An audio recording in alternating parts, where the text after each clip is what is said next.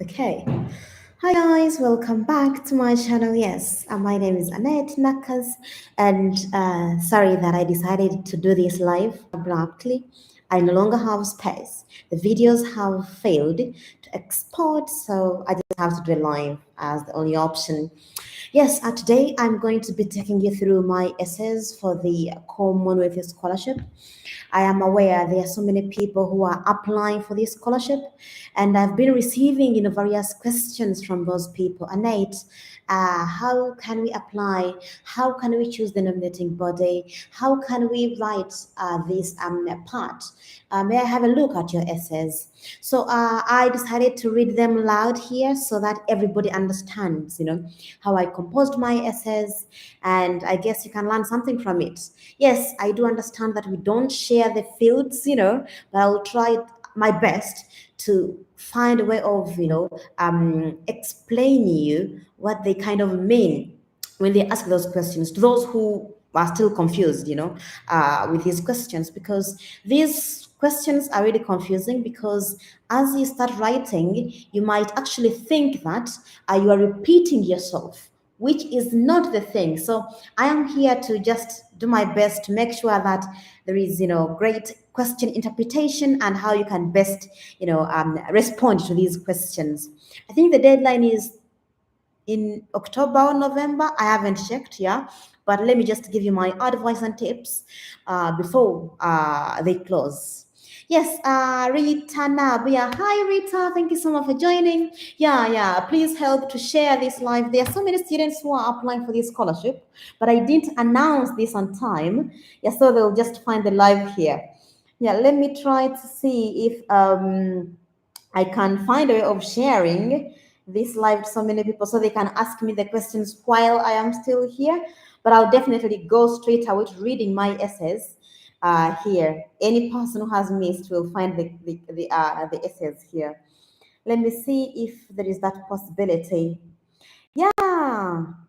And once again, I have been awarded this scholarship two times. The first time I won this scholarship was in 2020 when I got my master's, when I went for my master's at the University of Oxford in the UK. And I tried that once, yes. And then for the second time, I received it. I was selected this year for my PhD, but I was rejected last year, 2021. Yes, they have a rule. If you are going to the UK to do your master's degree, you must first go back to your home country for them to give you the scholarship again. You must stay in your country for that 1 year, I think, to implement what you promised in the application. Yeah, so they selected me this 2020 to again for my PhD, and I think, I'm qualified to kind of read my essays in front of you. Perfection. Yes. Yeah. Good. It's now working now. It's working now.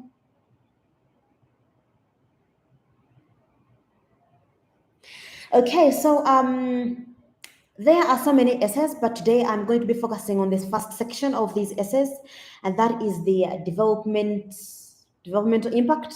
Yeah.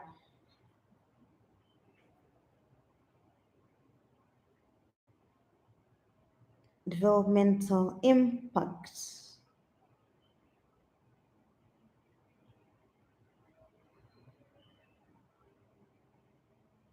Yeah, I won't spend so much time. Are there chances for secondary section inside Uganda?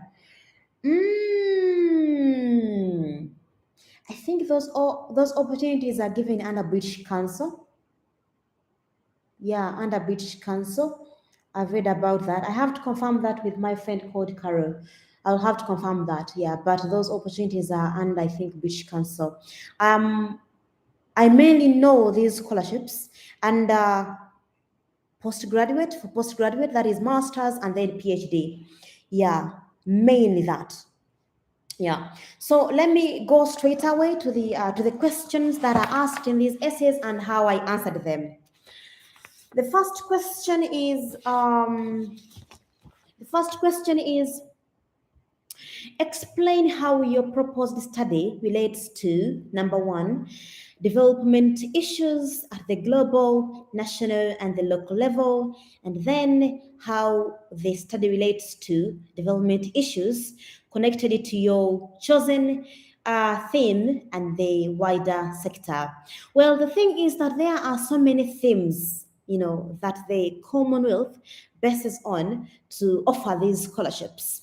There are about six themes. Yeah. For me, I'm under the theme is strengthening healthy systems and capacity. There are so many resilience, something, and then science and technology. There are so many depending on what you want to be, what depending on the field you want to be in. For me, I'm in health, so I want to be part of the people who are working so hard to improve, the healthy systems and capacity in a developing country like Uganda. So, for this, from my point of view, the first thing for you to consider, or the first thing for you to do, is to identify your study, the course you want to do. In my case, I'm in cancer or kokolo in Uganda or oncology. So I have to explain, or I had to explain how cancer is related to any issues that come up, with cancer at the local level and the international level, and then how that links to the theme. And the theme is strengthening healthy systems and capacity. Yeah, that was the theme that I chose. And here is my essay. This is how I answered that part.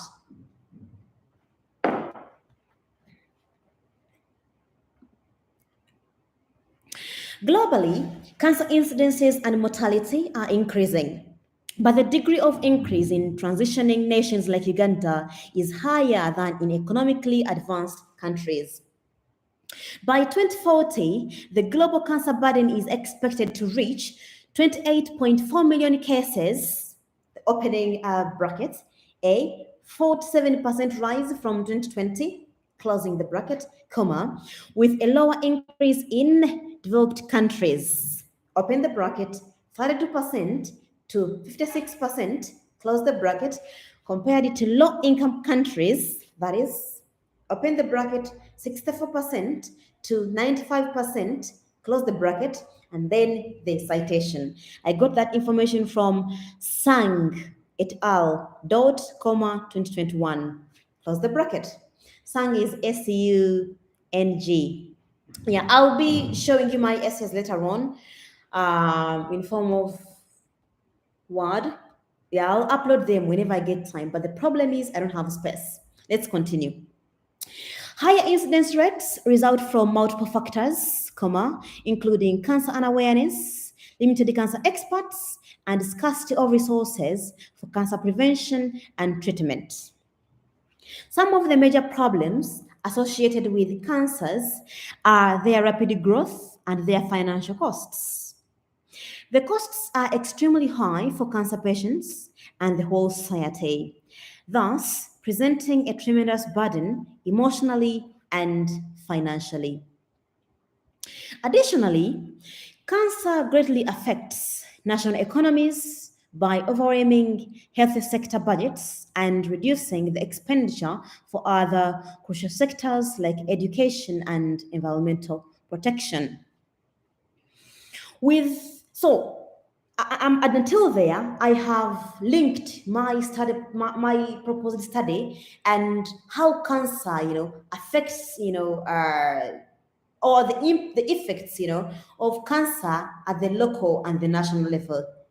So from there, I'm going to link my proposed, field of study, that is cancer, to the theme that I chose.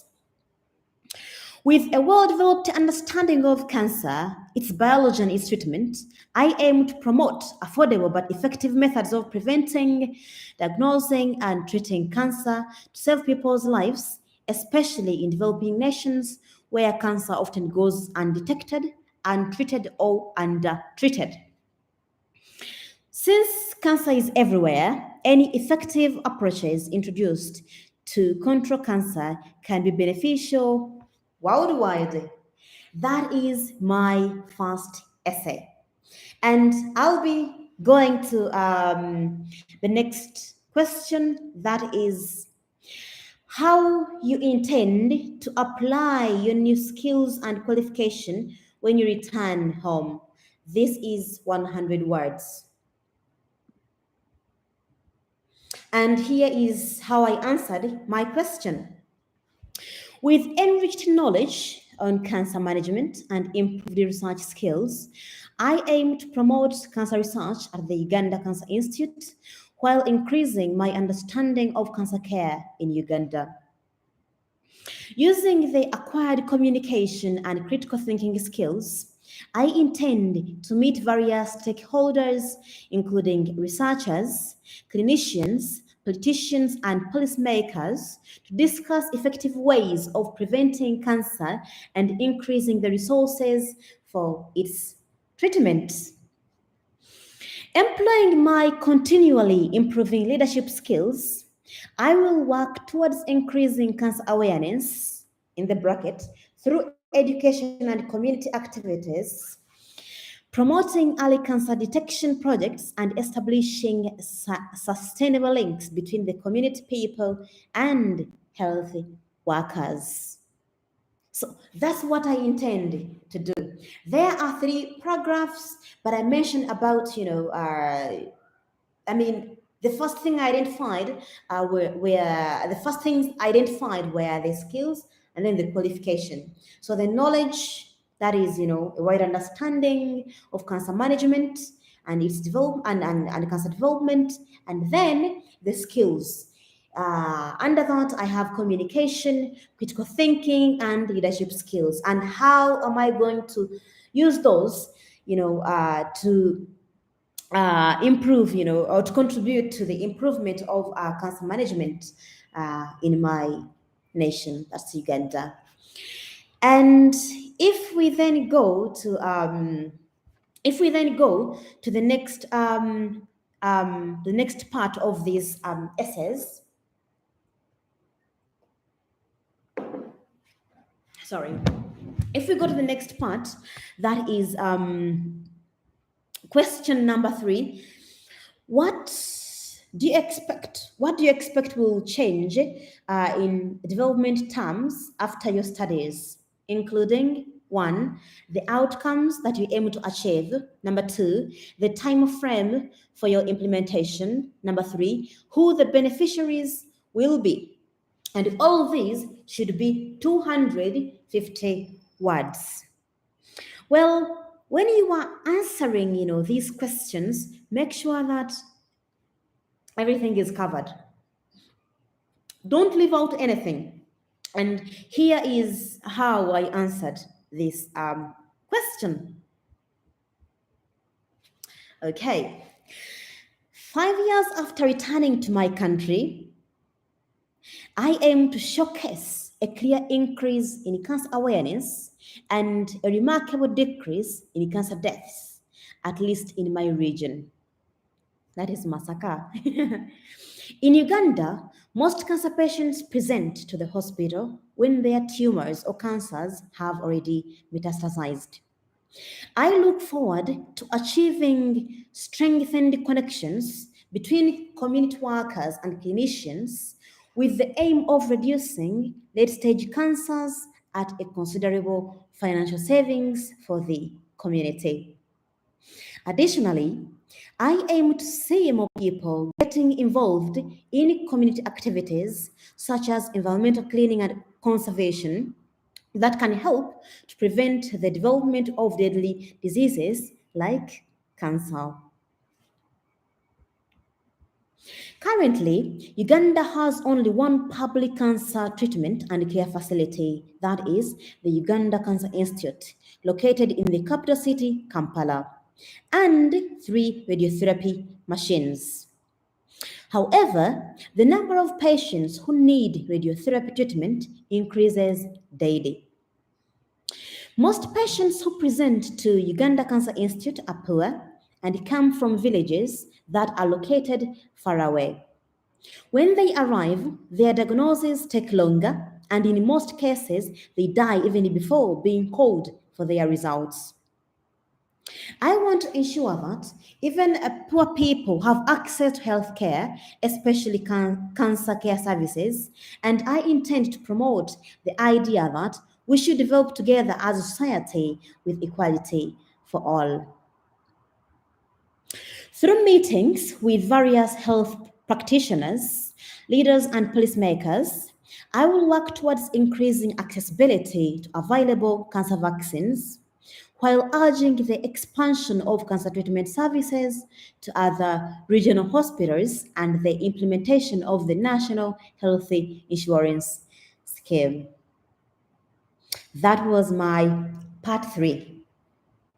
And I'm very sure that I have covered the outcomes. Yes, I've mentioned all those, the time frame, yeah, within 5 years, and then who the beneficiaries will be. Various people, especially poor people. So now I'll be going to the last part of this section, the first section of these essays, and that will be how the impact of your work could be best measured, and that is 100 words. So let me read that for you, and that will be the end of this live session. I'll just be here responding to some of your questions. Yeah, basing on this. Yeah, and then I'll be creating, another live. I'll share you that, and I'll communicate to Ali for that. Yeah, that this was that this I came abruptly because of space. Yeah, I don't have any more space on my PC, so now I'm resorting to live videos.